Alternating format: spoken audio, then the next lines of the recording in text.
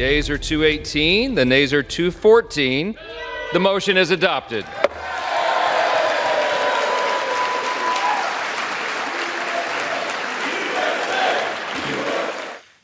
U.S. Republicans celebrating in the House of Representatives after narrowly passing Donald Trump's so-called Big Beautiful Bill. The U.S. president wanted lawmakers to push his flagship legislation through Congress so he could sign it on U.S. Independence Day. And they managed it with a day to spare. The controversial tax and spending bill delivers sweeping tax breaks while making deep cuts to America's social safety net and dramatically increases funding for the administration's crackdown on immigration. Well, it also includes a major rollback of renewable energy initiatives while giving a major boost to fossil fuel production. It slashes tax credits for wind and solar energy, introduced under the former administration, while ending government incentives to buy electric vehicles. Tyson Barker can talk us through some of this. He's a non-resident senior fellow at the Atlantic Council and joins us from here in Berlin. Welcome back to DW, Tyson. Who are the likely winners and losers as Trump's budget bill takes aim at the US renewable energy sector?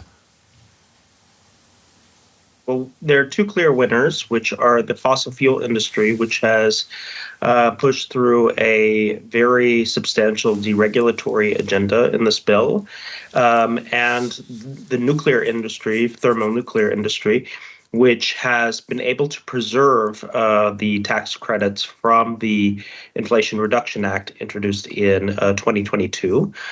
They're both the winners. The losers in this case are the renewable sector, wind and solar, and electric vehicles, both of which have tax credits and subsidies that will be phased out earlier than expected. For wind and solar, it's going to be next year, and for electric vehicles, it's going to be later this year. So there'll be a big push to get, as many projects through while those subsidies still exist. But those are the main winners and losers. OK, let's start with the losers. How far will this slashing of tax credits for EVs and for solar and wind, how far will they set back what are surely the industries of the future? Well, I mean, one of the reasons that this bill, when it was originally introduced, and of course, the Inflation Reduction Act under the Biden administration, was to make sure that the American economy was fit for purpose. And of course, renewable energy in particular is one of the most cost-effective energy sectors right now in the United States. Of course, if you think about the geography of the United States, you think about the Sun Belt, states like Arizona, like Texas, are both very naturally primed for wind and solar. So this is going to be a major setback because it's going to be slower to deploy.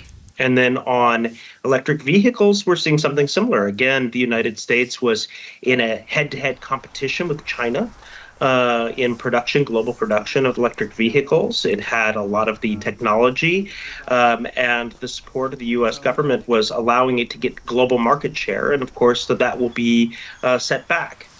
So help us understand what's going on then, because given the advantages that you outlined there for the United States, why has this president chosen to effectively cut the legs of this industry in the US? Well, to be quite honest, this is an area, an intersection of economic policy, industrial policy, and culture wars in the United States. These industries are perceived as being, and this is quite an anachronistic perception, to be quite honest, not market viable and seen as being basically kept alive by public sector support. And that's not the case anymore. In fact, what these subsidies had done was accelerate the deployment process so the United States could gain global market share. And, with those supports, with those incentives, actually drive down costs for the American consumer. But again, it gets caught in the crosshairs of what is essentially one of the U.S.'s strongest challenges, which is its own culture wars. Okay, so culture wars trump profit, because the rest of us look at a country like China and see how far that EV market has grown and developed in terms of the range of vehicles that they're able to produce. And the rest of the world is struggling to catch up. But culture wars trumps that. Culture wars trumps dealing with China and making money from what will happen anyway, ultimately. Well, China is a great counterpoint in this particular instance, because China has seen the midterm competitive advantage that will come from supporting, from state support for renewables and electric vehicles. And they have done so because, one, they have technological advantages, as does the United States. And two, they have a massive domestic market, as does the United States. But three, they have kind of made sure that their strategic priority of using state support to grow global market share is part of their economic industrial policy and their innovation industrial policy, as had the United States until this piece of legislation. So do you think that the fact that this is going to hit the EV market so hard, is that the reason why Elon Musk is so riled up about this bill, rather than the massive deficit?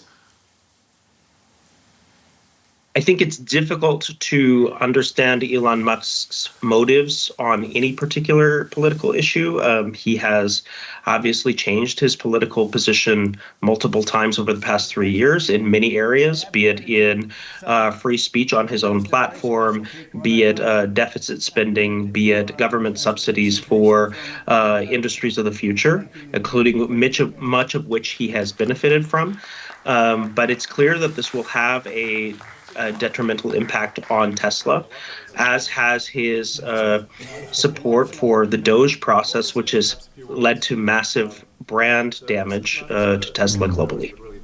And so is this the point then at which Elon Musk follows through on his threats about starting a new party? He was tweeting about it again today. Is the big beautiful bill, is that the thing that will ultimately change the face of US politics, or will he change his mind again and go back in his box? Well, let's start with what the advantages that Elon Musk would have if he tried to establish a third party. Clearly, he has immense financial resources and social media pull. He's the most followed person on X, and he is the world's richest man. What is unclear is how you translate that into a political coalition in the United States that is motivated to go to the polls. As we saw in February of this year, when he threw hundreds of millions of dollars into a Wisconsin judicial race, which ultimately led to the Democrat winning, just brute financial support does not necessarily translate into victories. And that has been actually something that's been demonstrated multiple times. I mean, Kamala Harris was better funded than Donald Trump. Michael Bloomberg, who was the former mayor of New York, supported Cuomo. And this is an instance time and again that money is not the only factor. And it's hard to see what the message is behind a potential third party backed by Elon Musk. It's given us much to think about there, and we thank you for that. To Tyson Barker from the Atlantic Council, thank you so much. Thank you. Our Washington bureau chief has been speaking with protesters in the town of Vienna, Virginia, about their concerns. While the specifics of the legislation remain unclear, headlines have sparked protests in Vienna, Virginia. It will affect everybody, literally everybody, Republicans and Democrats alike. It's going to affect kids the most, the elderly, people who are in education. It's going to affect everyone. I mean, there's not a soul who it's not going to touch. This is the last day of USAID, and we know that children in Africa and other countries will die because they won't get the aid that they need. I am very concerned about the message that sends about our country's priorities, that we think that taking health care and food support away from the most vulnerable is more important than making everyone pay their fair share of taxes. These people are living in a society where they don't get fair wages in the first place, where they don't have good child care, and they're so reliant on this because of the structure of the United States. So not only are we taking away the last resort, but we're not giving them a chance to stand on their own feet. Hands off Medicaid! Hands off Medicaid! It's not getting the attention it deserves, and I think a lot of Americans are not looking at the details of this bill. They get caught up in the politics of it, which we're hoping we can change. It will take time before people feel the negative consequences of the bill, and the question is, whether it will change the way they vote in the midterms in the end of next year, which will decide whether Donald Trump will keep the majority. I think there's a lot of constituencies, a lot of people who are going to be directly impacted, having less services, having less access to health care, less jobs. I mean, we can go through the whole litany of changes that have been going on really rapidly, really sort of extra constitutionally. And so I think there's a lot of people, different constituencies that may have even voted for the current office holders who are going to change their mind and go a different way. We know that this bill will kick off 17 million Americans from their health coverage. We know it has the potential to close down 200 Planned Parenthood health centers across the country. So we know that Americans are going to be angry. They're not going to stand by while their health care is stripped from them, where reproductive health care services are more limited. And so, I feel confident that they're going to hold their leaders accountable for these votes. Right, let's bring in US policy analyst Liz Schuelke in Washington, D.C. Welcome back to DW, Liz. As the critics say, this big, beautiful bill favours the rich and disadvantages the poor. Is it that simple? Absolutely. There was a recent Yale analysis that showed over the next 10 years, the bottom 10% of earners will lose $1,600 a year on this, while the top 10% of earners will gain $12,000 a year on this. A lot of what's in this bill is short-term bribes to get folks to pay for it, like they add a provision to fund rural hospitals, while kicking long-term consequences down the road, like the absolute kneecapping of Medicare. And so this will have a massive impact on low-income Americans. OK, and lots of low-income Americans, lots of low-income MAGA Americans voted for this government. So how did he push this through, and how do Republicans now sell this to that MAGA base? That's absolutely the question. As you know, every 2 years, every single member of the House is up for re-election. So they're going to have to campaign on this next year. They've already started trying to run oppo ads on Democrats, saying, Democrats, you're going to have to campaign on voting against this. So both team is already entrenching. How he was able to get folks to vote for this is, you will notice there was a handful of holdouts, both in the Senate and in the House.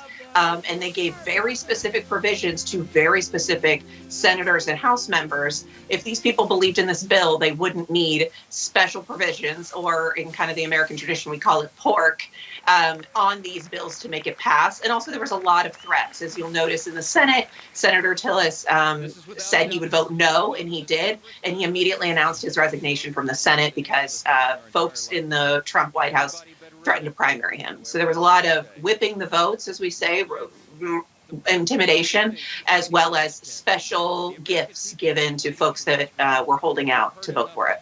OK, so is it too soon to look at the polling on this? Because we saw demonstrators against it. Clearly they have their views. But how do Americans generally feel about this bill?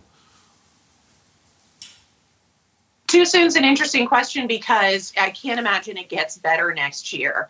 Right now, with just the concept of the bill out, Fox News, a conservative site, found that 59% of Americans are against this bill. Several other polling sites found very similar results. What I found very interesting was that while it's pretty split along party lines, about 3/4 of Republicans support it, 90% of Democrats oppose it, it's the independents I would look at. And 75% of independents oppose this bill. Half of all Americans say that this bill will personally hurt their families. So this is wildly unpopular. A common theme I keep going back to is Trump himself may be popular, but his ideas aren't. People were opposed to the way immigration is being enforced. People are opposed to the way spending is being cut. Let's have a quick word then about how Democrats capitalize on this bill, because they have been pretty much missing in action so far. That is one of the most frustrating things about this Congress so far, is that exactly what you said, missing in action.